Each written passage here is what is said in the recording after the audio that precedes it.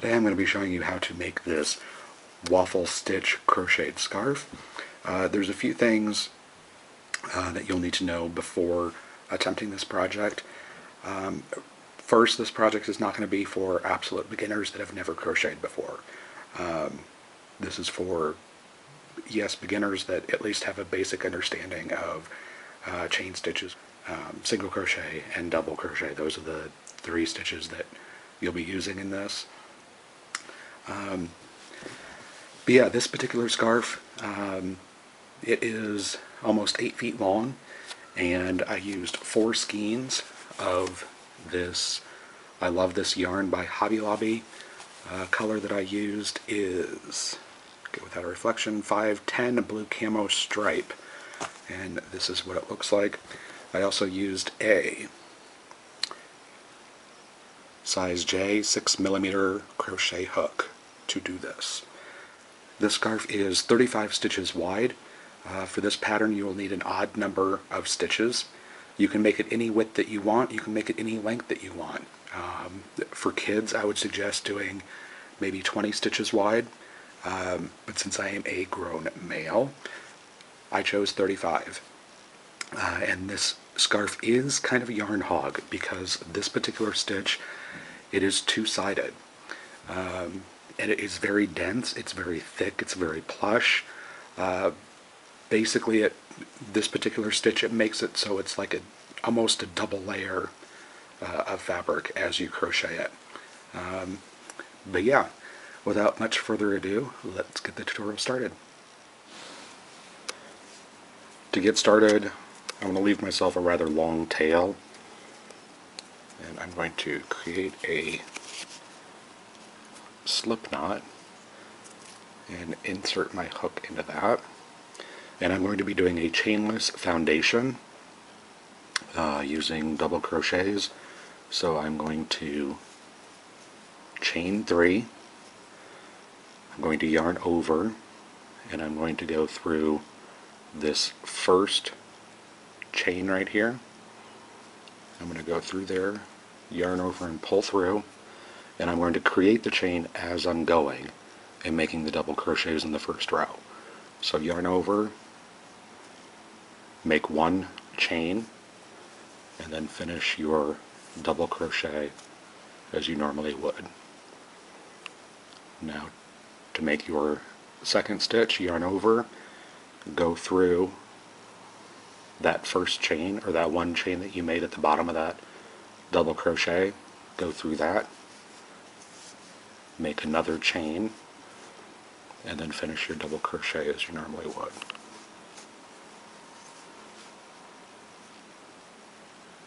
Go through that chain 1, make another chain 1, yarn over, pull through 2, yarn over and pull through 2.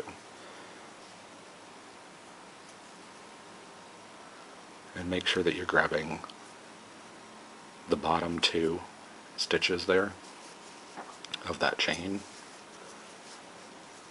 So chain 1 and double crochet. And you can see that is creating our first row of double crochet without using a chain.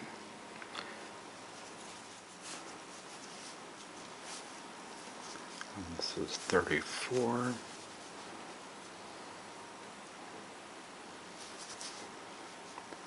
And this is going to be 35, so this will be the last stitch in our row. I'm going to chain 1, but because this is the last stitch on our foundation row, I'm going to actually do a chain 2 and then finish with our standard double crochet like that, and that gives it more of a square shape at the bottom. And the reason I like doing the chainless foundation is that the bottom looks like the top of a standard row. You don't have the loosey bits of a standard chain. So whenever I'm doing projects that have this, or have normally a chain at the bottom, I always do the chainless foundation so it looks nice like that. Alright, at the end of every row we're always going to chain 2, and we're going to turn our work. Now it doesn't matter if you start with row A or row B. It'll be the same. It doesn't matter. So I'm going to yarn over in row A is you're going to do a front post double crochet on your second stitch, which is this stitch right here. This is your first stitch, that's your second. So you're going to do a front post double crochet. So you're going to insert your hook behind the stitch and you're going to work a double crochet. The next stitch is going to be just a regular double crochet in the top, and you're going to go through both loops on the top. And then the next stitch, you're going to do a front post double crochet, and next stitch, a regular double crochet through the top, both loops. And you're going to do this all the way across, alternating front post double crochets and regular double crochets.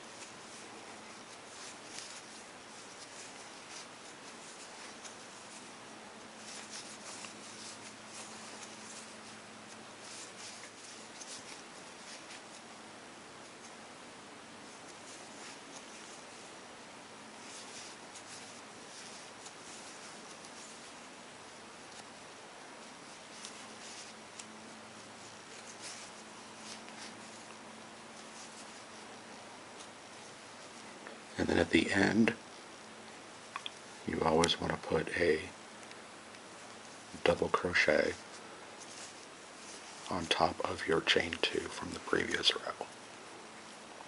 Just like that. So that is the end of row A, and it looks like that. Now for row B, we're going to chain 2 again, and we're going to turn our work. And row B is almost like row A, except for the fact that you start with a regular crochet in that second stitch right there. And then you're going to do a front post double crochet in the third stitch like that, and then you're going to do a standard double crochet. Now this is where it kind of makes it easy to follow along when you're in the pattern in the middle of a work, is that this stitch right here that you want to do a front post double crochet through, it actually sticks out. And those stitches that stick out are the ones that you want to do a front post double crochet through. These stitches that sink or fall down below, those are the ones that you want to do a regular crochet in, so that, or regular double crochet, so that will help you keep track of where you're at. The only difference really between the two rows is the beginning. Row A, you start with a front post double crochet. Row B, you start with a regular double crochet. So I'm going to keep going through row B.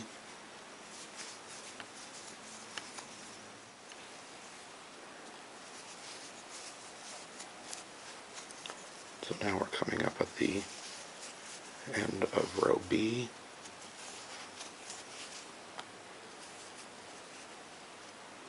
And you're going to end with a, where am I at here? Wrong stitch. And when you first start doing this, you want to make sure that you're going into the right stitch. Like there, I did not go into the right stitch. You want to go into the top of this stitch right here. This one right here, right there, is actually the top of the stitch that you just did the front post double crochet on. So don't make the mistake of going through that stitch. You want to make sure that you're going through the top of this one here, the next stitch.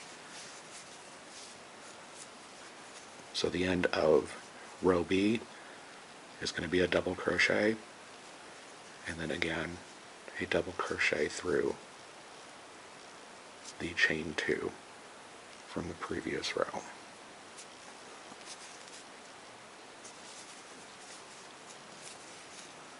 like that, and chain 2, turn your work like that, and this is what it looks like after your first row of row B. So this is 3 total rows of crochet all the way across. And now the pattern is just simply going back and forth between rows A and B. Continue. The next row will be row A, which will be a front post double crochet.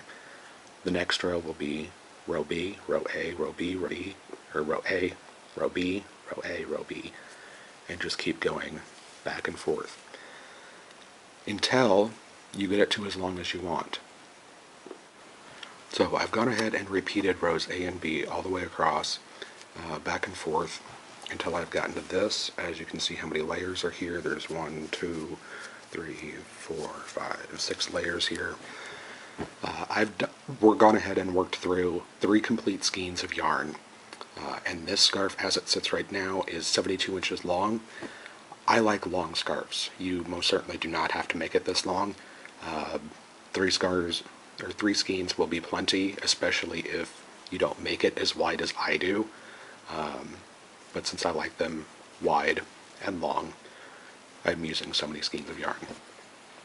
Anyway, so before we do the fringe, or put the fringe on, this is the last row that I did. Just happens to be a row B. I'm going to put my hook through the yarn there. I'm going to chain 1, turn my work, and for the very last row, all you're going to do is single crochet through the top of each stitch.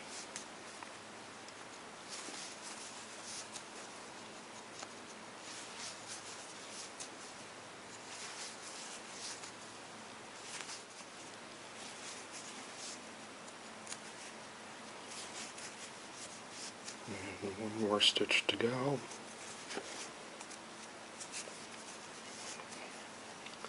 Like that. Yarn over. Give yourself plenty of tail so that way it hangs down with the fringe and you don't have to weave it in. Just pull it through and pull tight. And that is the top of the scarf, or the end I should say. Alright, now I'm going to go ahead and make the fringe for this using the 4th skein of yarn. And actually what I'm going to do is make the fringe, and the yarn left over at the end, I'm going to take out this last row and add that in, because I don't like having leftover yarn. So I've gotten that last row done, and now I'm going to start working on the fringe. But before I do that, I need to know how many pieces of yarn I need to cut for this fringe to work. Because I have made this 35 stitches wide, I'm going to put a fringe in every other stitch here. So that would mean, and I'm going to have one at the beginning and one at the end. So technically I'm going to have 18 pieces of fringe, or 18 fringes across each end. And because I have 2 ends, therefore I need double that amount. So a total of 36 fringes is what I need. Because I want 4 strands per fringe, I'm going to need 4 times 36, which is 144. I know this is all math and it might be complicated, but it depends on how many stitches you have, how many fringes, or how many pieces of yarn you want in each fringe, blah blah blah. So I've already worked it out. I need 144 pieces of yarn to do a fringe on both ends.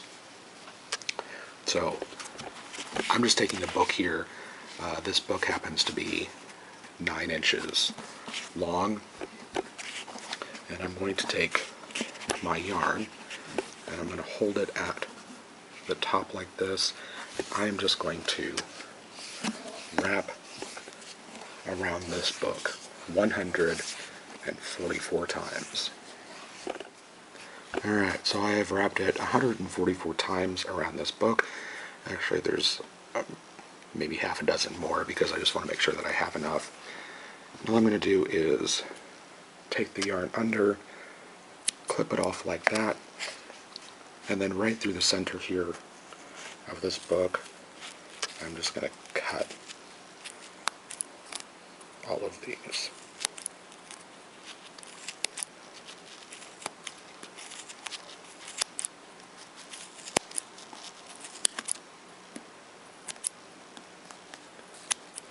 Just like that. Fold these up. And then here are all of our fringe pieces. Now what you want to do to make the fringe is grab your predetermined, however many you decided that you wanted for a fringe, pieces of yarn, fold them in half, and I'm going to take these pieces, I'm going to insert my hook through this first stitch here, the end of it actually, like that. I'm going to grab my 4 pieces of fringe, pull it through, and then pull all these pieces through those loops, like that, and snug this down. Grab 4 more pieces of our fringe, and if you have some yarn like that one there is a little longer, just snip it off, no big deal. Go back to our work, and the second stitch, which would be right there, or I should say the second one from what we just did, pull through, pull all these through those 4 loops, tighten this up, and there you go. And just keep doing this all the way across. And after you get all your fringes done, that's what it will look like. And there you go. There is your waffle stitch crochet scarf. Hope you enjoy, and thanks for watching.